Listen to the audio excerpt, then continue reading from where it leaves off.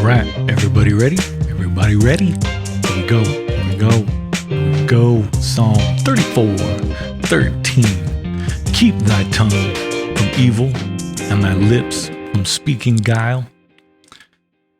We've been given 5 senses.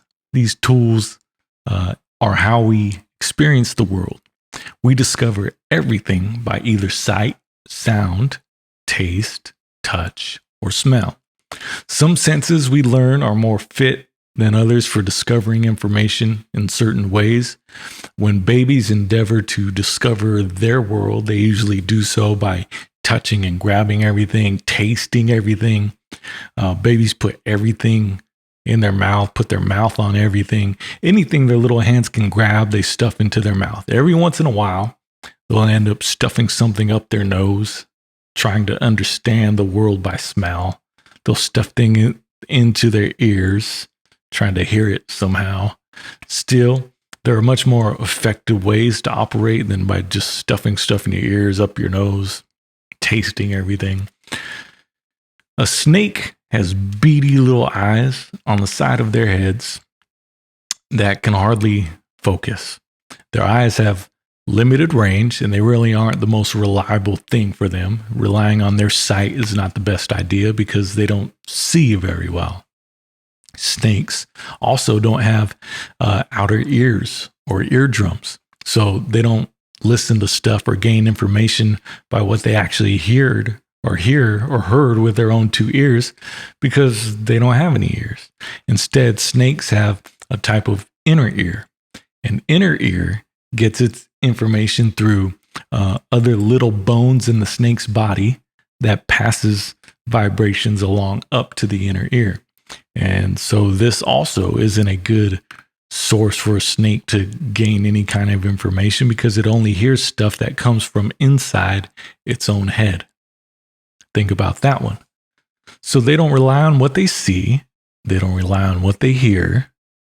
What do they rely on? They rely on their tongue. They learn the world by what their tongue does. Their tongue leads them wherever they go.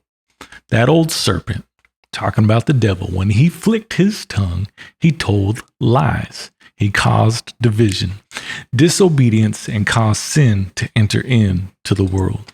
In Proverbs chapter 10, verse number 19, the Bible says that in the multitude of words, there wanteth not sin.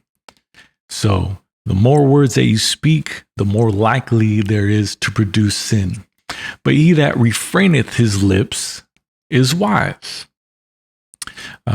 In James chapter 1:19, he says, "Wherefore, my beloved brethren, let every man be swift to hear, slow to speak, slow to wrath."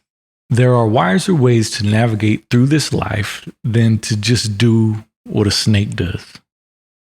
Rely on what you see with your eyes. Rely on what you hear with your own ears, things that you actually witness. Don't get into all that gossip. He said, she said, I don't know. Get all your information from 3rd and 4th hands. Every one of us must learn to live wisely by speaking less. In Proverbs chapter 18 and verse number 21, death and life are in the power of the tongue, and those who love it and indulge it will eat its fruit and bear the consequences of their words. Think about what you say. Refrain from speaking from impulse and emotion. Lift each other up. Defend each other. Speak life. Speak to edify. Speak to unify. Don't just react emotionally. Don't just spread stuff because it sounds juicy. Understand that there's power in the things that you say. A tongue lets its tongue lead its way through life. Don't be like that. Be swift to hear, slow to speak. Understand what you see with your eyes, what you hear with your own ears. Those are things that allow you to move wisely through the world. But be slow to speak.